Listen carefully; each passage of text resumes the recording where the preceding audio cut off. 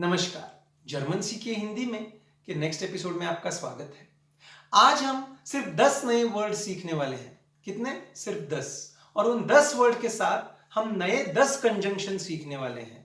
मतलब 10 प्रकार से हम दो वाक्यों को जोड़ना सीखने वाले हैं। इंटरेस्टिंग है, राइट? पर उसके लिए क्या जरूरी है कि जो हमारी बेसिक कंजंक्शन की कंसेप्ट थी, जब हमने व्हाइल, व्हेन, ओबोल सीखा था, उसका एपिसोड नंबर था 22, वो आपकी क्लियर होनी चाहिए।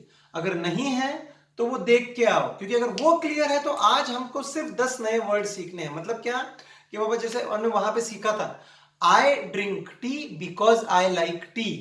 हमने क्या किया था अगर आपको याद है? इश ड्रिंक टे वाइल इश टे मार। हमने क्या बोला था? वाइल एज अ कनेक्टर बीच में आएगा और जो माग है, जो चलने वाला वर्ब है, वो एंड में जाएगा। ये अगर आपका क्लियर है तो आज एकदम सिंपल है। जब हमारे ये 10 कनेक्टर सीख के हो जाएंगे, मैंने नीचे डिस्क्रिप्शन में 10 क्वेश्चन दिए हुए हैं, आप वो सॉल्व करने की कोशिश करो। उसके नीचे उसके आंसर भी दिए हैं, तो आपको पता चलेगा कि आपको ये कंसेप्ट समझ में आई है या नहीं। तो शुरू करते हैं सारे कंजक्शन सीखना। पहला मेरा सबसे फेवरेट है दास। दास मतलब इंग्लिश में होगा दैट काइंड ऑफ। अभी शांति से देखो। We must learn German, wir müssen Deutsch lernen। अच्छा लगता है, राइट? उसका ही अगर मैं बोलूं, I think that we must learn German, कैसे होगा वो देखो।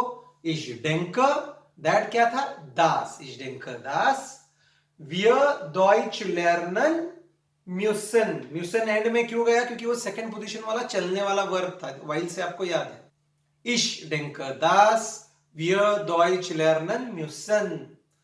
समझ में आया? अभी उसको और थोड़ा अच्छा बनाते हैं। I am of the opinion that we must learn German. क्या होगा देखो, एक फ्रेज है, ich bin der Meinung, dass wir Deutsch lernen müssen। उसको और थोड़ा तरीका देते हैं कि बाबा मैं इस भूमिका पे हूं कि बाबा हमने जर्मन सीखनी ही चाहिए।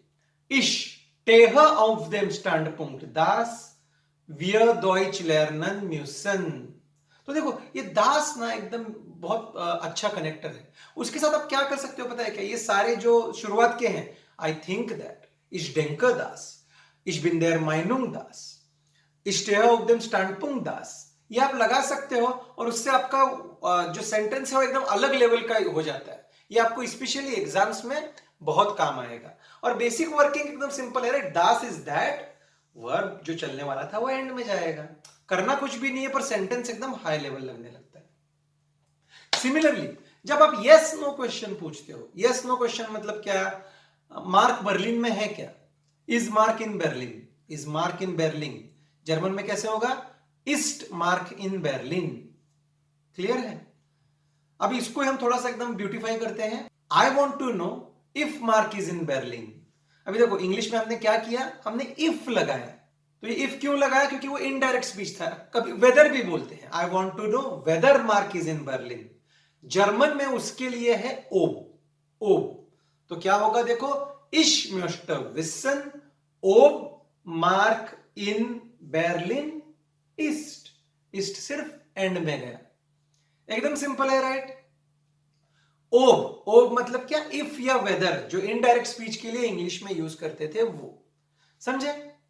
सिमिलरली थर्ड कनेक्टर जो है वो है WH type questions. Okay, WH type questions मतलब क्या? वेयर, व्हेन, व्हाट वगैरह जो आप इंग्लिश में पूछते थे, तो वो हमने एकदम डिटेल में सीखे हैं, राइट? तो अगर आपको पूछना है देखो कि how much does it cost, how much does it cost, तो क्या होता है? वी फील कॉस्टेड एस, वी फील कॉस्टेड एस। ओके, अभी इंग्लिश में अगर आपको पूछना होता था, can you please tell me how much does it cost, अगर आप देखोगे जब आप नॉर्मल सेंटेंस बनाते थे तो आपने दैट लगाया था कि I think that we should learn German, that connector था। जब यस नो क्वेश्चन था तब आपने इफ या वेदर लगाया। I want to know if Mark is in Munich और बर्लिन। पर जब आपने WH टाइप क्वेश्चन से दो चीजें जोड़ी, आपने कुछ कनेक्टर नहीं लगाया, क्योंकि WH type question itself acts as a connector। Can you please tell me how much does it cost? How much does it cost? Clear है सबको? जर्मन में भी एग्जैक्टली सेम। जब आप WH टाइप क्वेश्चन यूज करोगे तो वो WH type question ही एज अ कनेक्टर एक्ट करेगा। आपको अलग कनेक्टर यूज करने की जरूरत नहीं है, सिर्फ again these are kind of नेबन्स एट्स अ वर्ब एंड में जाएगा। तो देखो क्लासिकल केस वी फील कॉस्टेट इसका क्या होगा, können Sie mir sagen, comma वी फील एस कॉस्टेट। सिर्फ कॉस्टेट एंड में गया पर आपका सेंटेंस कितना भारी हो गया। देखो कैसे लगता है कि können Sie mir sagen, wie viel es kostet। Again very useful in exam. वैसे ही आपको अगर बोलना है कि भाई वेयर इज केदार, तो आप नॉर्मल क्या बोलोगे, वो ईस्ट केदार, वो ईस्ट केदार। पर उसको एकदम ऐसे तड़का लगा के कैसे बोल सकते हैं, können Sie mir sagen, वो केदार ईस्ट। समझे, एकदम सिंपल। तो ये हो गए तीन कनेक्टर जो काइंड ऑफ इनडायरेक्ट स्पीच से रिलेटेड है। कौन से, दास, ओब और WH क्वेश्चन। अभी हम और दो कनेक्टर सीखते हैं जो एकदम सिंपल है। तो सबसे पहले वेरंड। वेरंड मतलब ड्यूरिंग, ये हम ज्यादा यूज नहीं करते। मतलब क्या, I don't talk when I drive. जब मैं गाड़ी चलाता हूं तो मैं बात नहीं करता, राइट। तो क्या होगा देखो, इश raider निश्ट während ich fahre, ich rede nicht während ich fahre। एकदम सिंपल है, राइट। जस्ट आपको ड्यूरिंग के लिए während पता होना चाहिए, राइट। और एक कनेक्टर है जो कि ज्यादा यूज नहीं करते फिर भी हम सीखेंगे, वो है false। false मतलब in case of, in case of मतलब अगर वो नहीं खेला तो मैं खेलूंगा, इन केस वो नहीं खेला तो क्या होगा, आई will play in case he does not play, I will play in case he does not play. तो क्या होगा, ich werde spielen, ich werde spielen, falls er nicht spielt। spielt सिर्फ एंड में जाएगा, बाकी कुछ नहीं, एकदम सिंपल। अभी एक इंपॉर्टेंट वन मैं ऐसे कर रहा हूं कि थोड़े से सिंपल फिर एक इंपॉर्टेंट वन ऐसे हम जा रहे हैं। तो एक इंपॉर्टेंट वन दैट इज आल्स। आल्स क्या है, देखो जब आपके पास्ट टेंस में कोई एक घटना घटी होती है जो जनरली एक ही बार घटी होती है, तब उसको एक्सप्लेन करने के लिए हम आल्स बोलते हैं। मतलब जब मैं 10 साल का था तब मैंने इंग्लिश सीखी, जब मैं 15 साल का था तब मैंने स्कूटर चलाना सीखा। तो ये जो सारे हैं उनके लिए आल्स यूज होता है। अगेन बाकी जो पैटर्न है वो सेम ही रहेगा। तो देखते हैं, चलो। I have learned English when I was 10 years old, I have learned English when I was 10 years old। तो क्या होगा, ich habe English gelernt als ich 10 Jahre alt war। देखो पहला तो सेंटेंस है ऐसे ही रहा, दूसरा सेंटेंस क्या होता normally, ich war 10 Jahre alt, उसमें से सिर्फ war हटके एंड में चला गया, als ich 10 Jahre alt war। एकदम सिंपल है, राइट। अभी एकदम सिंपल दो कनेक्टर हम सीख लेते हैं, before after. Before after, before को जर्मन में बोलते हैं बेफोर, बेफोर। आफ्टर को बोलते हैं नाखदेम, नाखदेम। और वो एकदम सिंपल चलते हैं, एग्जैक्टली लाइक इंग्लिश। कि बाबा अगर आपको बोलना है कि I drink milk before I sleep, I drink milk before I sleep, तो आप क्या बोलोगे, इश ड्रिंक मिल्क बिफोर इश schlafe। एकदम सिंपल है, सिर्फ जैसे इंग्लिश में था वैसे ही। अभी यहाँ पे दो ही वर्ड है इसलिए वो वर्ब आर्म एंड का टेंशन नहीं आया। उल्टा कर सकते हो, I sleep after I have drunk milk, I sleep after I have drunk milk. तो वो क्या होगा, ich schlafe nachdem ich Milch getrunken habe। Normally क्या होता, ich habe Milch getrunken, I have drunk milk, उसमें से habe क्या होगा, एंड में जाएगा। Ich schlafe nachdem ich Milch getrunken habe। Again very simple, जैसे आप इंग्लिश में यूज करते हो वैसे ही, सिर्फ नए वर्ड आपको सीखने हैं, राइट। अभी नेक्स्ट वन अगेन है कि जो ज्यादा यूज नहीं होता, एज लॉन्ग एज। कितनी बार इंग्लिश में आप यूज करते हो, right, as long as, that is जोलंग, जोलंग।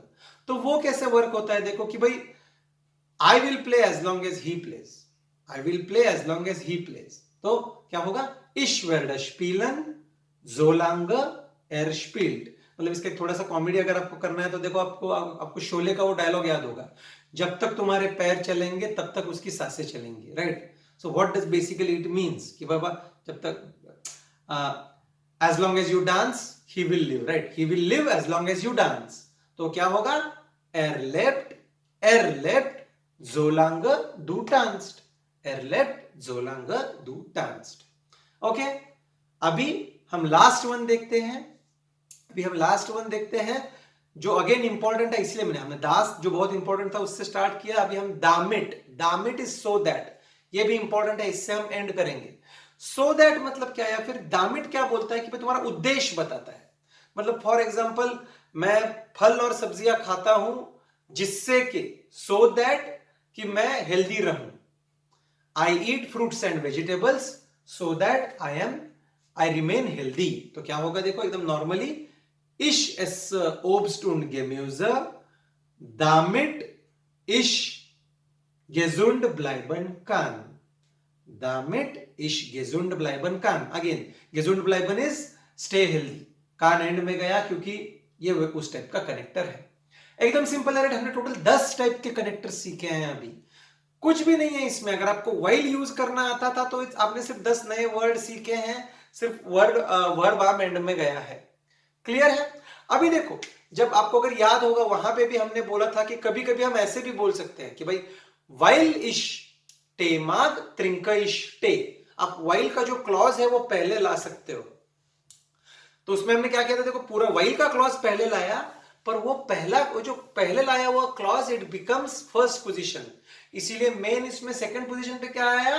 वर्ब। तो अगर आपको याद आया था हमने क्या बोला था, वाइल इश टेमाग त्रिंक इष्टे, उसके बाद कॉमा के बाद त्रिंक आया था। यहां पे भी मोस्ट ऑफ दीज कि बाबा ये जो बिफोर है, वेरंड है, आल्स है, ये ऐसे पहले पोजीशन पे आते हैं। मतलब आल्स इश 10 Jahre alt war, habe ich English gelernt।